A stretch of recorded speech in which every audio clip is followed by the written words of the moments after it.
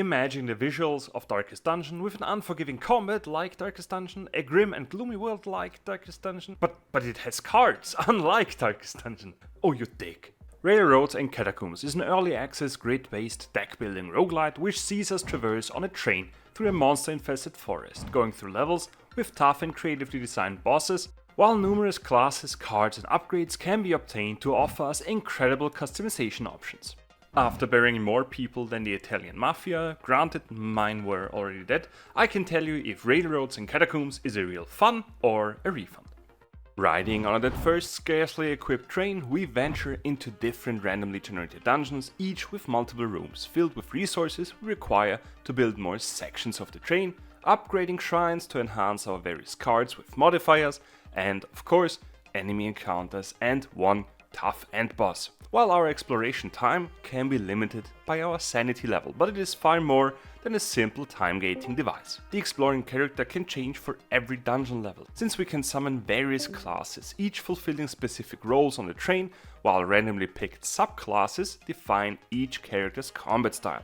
Running into an enemy room sees us drop our hero on a grid-based battlefield, facing off against many different creatures. Each fight has a specific goal we need to achieve to win, which can be split into simple deal X amount of damage, kill character A, or simply finish the boss. Finish him. All these goals require us to utilize the offensive and defensive cards of our character, which can range from simple damaging skills, temporary buffs, devastating ailments, and of course armor to negate incoming hits. Each round is split between our turn and our enemies, while their actions are telegraphed and ours limited by a specific amount of stamina points. Every card has a stamina cost, with the various effects we can slot onto the cards themselves, while the movement card is a fixed implementation, giving us the option to move out of damaging zones. The mentioned effects of the cards are not only determined by the base card we gain after every couple of fights, but further by the different shrines we encounter to allocate a random enhancement fitting our character's subclass. This sees, for example, the Guardian, a melee-focused fighter class, having various options to increase the outgoing damage or obtaining more armor for one turn, while the Magician utilizes card drawing abilities to enhance their outgoing damage, to name two examples. Each character has a limited number of modifiers that can be attached, which increase not only through level ups, but specifically through a train feature we will look at in a minute. The mentioned level ups are done by obtaining experience points through fights and finished missions, which is especially necessary to beef up before venturing into higher level dungeons, each unlocking more subclasses and therefore more combat variety. Once a hero levels up, a couple of options can be utilized on the train with the numerous wagons we can attach. The workshop, for example, can enhance their overall damage and health numbers, while the Railmancer can unlock further slots on our cards.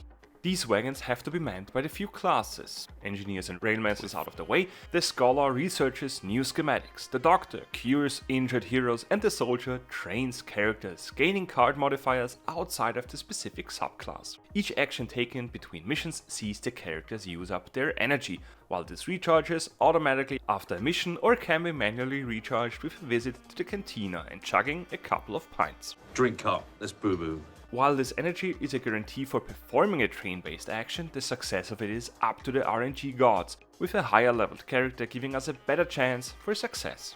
Failed attempts not only cost us resources we painfully gathered, but can even injure our heroes, and with bad luck, the operation to heal them can even result in death. I hate this doctor! Requiring us to either hold a wake for the character or loot them, because they were not that necessary anyway. Death, however, can also occur during dungeon battles and can easily happen if we run into an encounter with a lowered sanity bar, resulting in fewer stamina points to play cards, seeing us stumble into battles unprepared. With a quickly set up camp and by chugging a whole pint, our sanity and health points recharge, using up 2 of the 5 resources. This sanity, however, has one more function, namely showing us upcoming encounters on the map and giving us an advantage once we start the battle, compared to the lower end of the bar, seeing us stumble randomly into forest areas.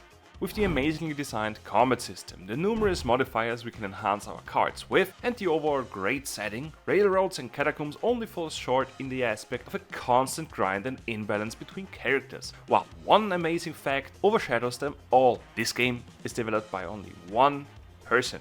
And here I can't even lose weight on my own while this guy develops a whole game on his own. Therefore, I would say that Railroads and Catacombs is a real fun instead of a refund. Would you agree with my verdict? Let me know in the comments and don't forget to eat something healthy for your... Oh, my pizza is here.